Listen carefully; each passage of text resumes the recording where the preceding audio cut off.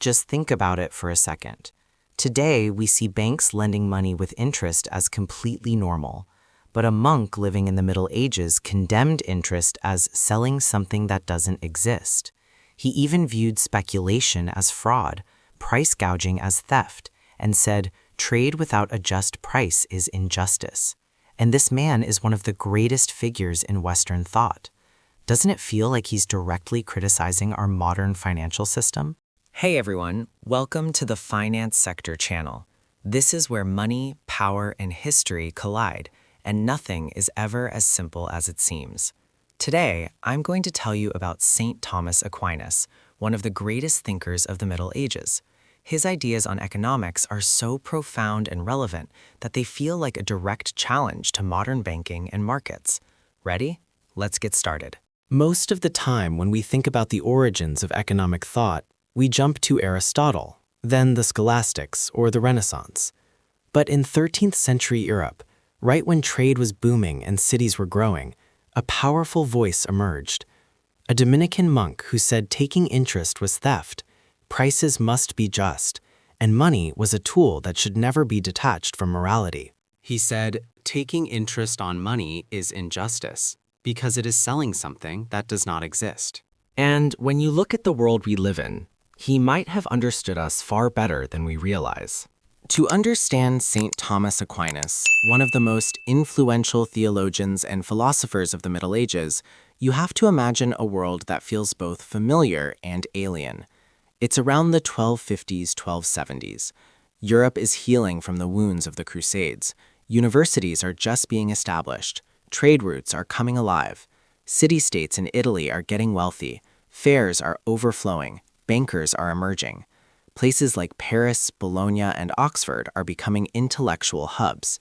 Aristotle's works are being translated from Arabic into Latin, and everyone is debating them. In this world, trade is exploding. Wealth is increasing, but inequality is growing too. The church bans interest, but merchants are finding new ways around it. A money economy is developing. Borrowing is becoming widespread. Society is getting richer while also experiencing spiritual crises. It was in this era that Thomas Aquinas emerged, part theologian, part philosopher, part jurist, part critic of economics. Picture him as a thinker who could explain the salvation of the soul and the justice of trade with the same depth. Born in 1225 in Italy, in the county of Aquino, Thomas came from a noble family. At a young age, he joined the Dominican order, studied in Paris, and became a student of Albertus Magnus. He quickly rose to the most prestigious teaching positions. But what made him unique wasn't his prestige, it was his ability to reconcile everything with reason and scripture. He saw wealth growing, trade expanding, yet something felt wrong. A society obsessed with money, but drifting away from justice. An economy prosperous on the outside, but rotting on the inside. You don't have to look hard to see the modern parallel. Aquinas began asking a question few dared to ask. What happens when a society gets rich but loses justice? And to answer it, he turned his attention directly to the morality of trade and money. This is the part that surprises most Western viewers the most. Aquinas wasn't just a religious thinker. He was one of the most important scholastics to analyze trade and money in moral and systemic terms. Influenced by Aristotle, he saw money as a practical tool, but he examined its psychological and spiritual effects, especially regarding interest and prices. He looked at how money shapes behavior, incentives, justice, and ultimately the fate of society.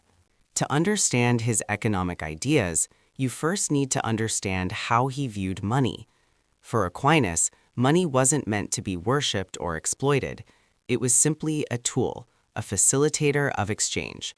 Like Aristotle, he placed money in the category of consumable goods, things whose use consists in consumption.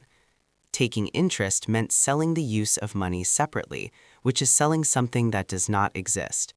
Its power lay not in the gold or silver itself, but enabling people to trade. This idea became a cornerstone of scholastic thought, but Aquinas systematized it in the 13th century, at a time when bankers were getting rich through interest. And from this foundation came one of his most important insights. Interest, usury, is injustice. To him, lending money and charging interest wasn't just greed, it was systemic unfairness. Money is barren, it doesn't reproduce itself. Charging interest created an unequal exchange. The borrower grew poorer while the lender grew richer. This was contrary to natural law.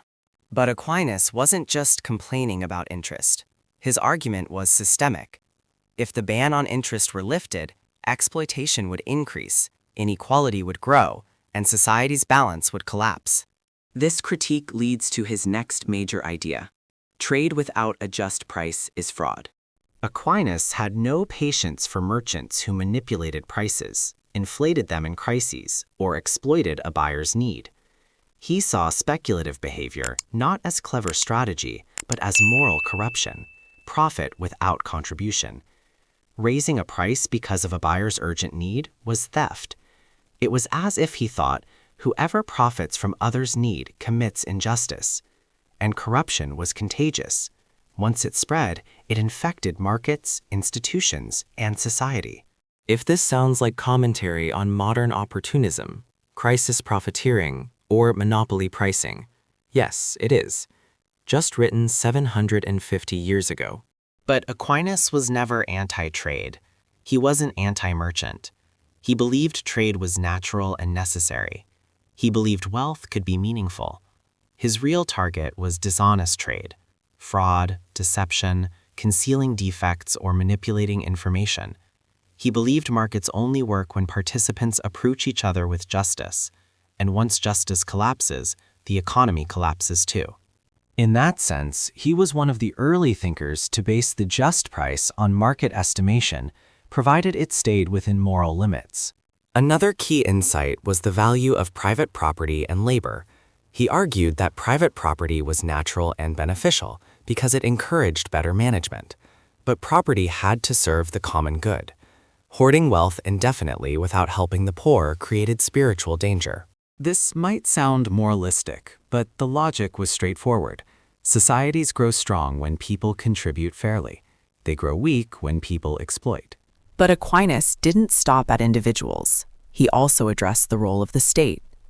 Leaders should protect fair markets, but not manipulate them. He criticized currency debasement because it was a hidden tax and theft.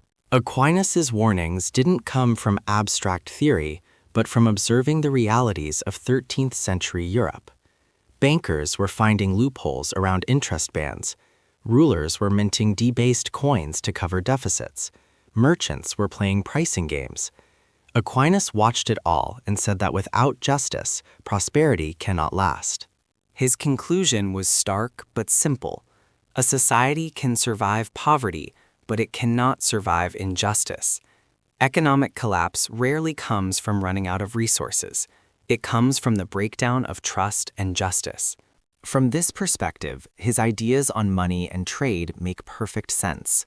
For Aquinas, economic stability depended entirely on justice. Interest and fraud weren't just bad policy, they were moral betrayal. When a merchant or ruler acted unjustly, society slowly rotted.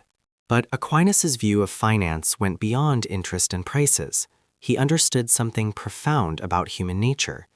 People demand interest out of greed, hoard out of fear, cheat when they think they can get away with it. And when a society normalizes exploitation, collapse has already begun. This belief guided one of his most powerful insights. To fix an economy, you must fix the moral incentives that shape human behavior. Laws matter, markets matter, but behind them all are virtue and justice. That's why Aquinas placed so much emphasis on the moral dimension of wealth. To him, irresponsible wealth was a threat to the common good. Wealth without purpose was incomplete. A society grows strong when individuals contribute more than they extract. But when wealth becomes detached from social responsibility, the system becomes fragile. A selfish society eventually collapses under its own weight. And that brings us straight to the modern world, a world where Aquinas' insights feel less like medieval theology and more like a diagnostic report of our current age. Money moves faster than meaning. Inequality is rising. Markets often reward profit over justice. Trust in institutions is declining, and an interest and debt-based economy dominates. Everywhere you look, there are echoes of the problems Aquinas described. His critique of interest mirrors today's debt crises. His warnings about just price resemble concerns over opportunistic pricing. His condemnation of manipulation strikes at the heart of modern financial games. And his belief that justice is the foundation of prosperity explains why stable institutions are more resilient. What strikes modern readers is how little the world has changed. The technology is different, the scale is global, but the underlying human behaviors are the same. If Aquinas looked at our system today, he would probably say exactly what he wrote 1,000 years ago. When justice is lost, prosperity cannot remain. It's an uncomfortable truth. Economies don't collapse because of numbers. They collapse because people stop treating each other justly. They collapse because incentives reward the wrong behaviors. Aquinas wasn't preaching religion. He was describing reality. Money is not a mechanical object, it is a moral ecosystem. When the moral framework collapses, the financial system follows. That's why his ideas matter today. In an era of record debt, speculative excess, and financial anxiety, his central message becomes a survival principle. If money becomes detached from justice, the system will break. Understanding this isn't just financial education, it's also protection for ourselves, because history is full of repetition. If this gave you a new perspective, hit subscribe. All the answers are hidden in history. You just need to know where to look.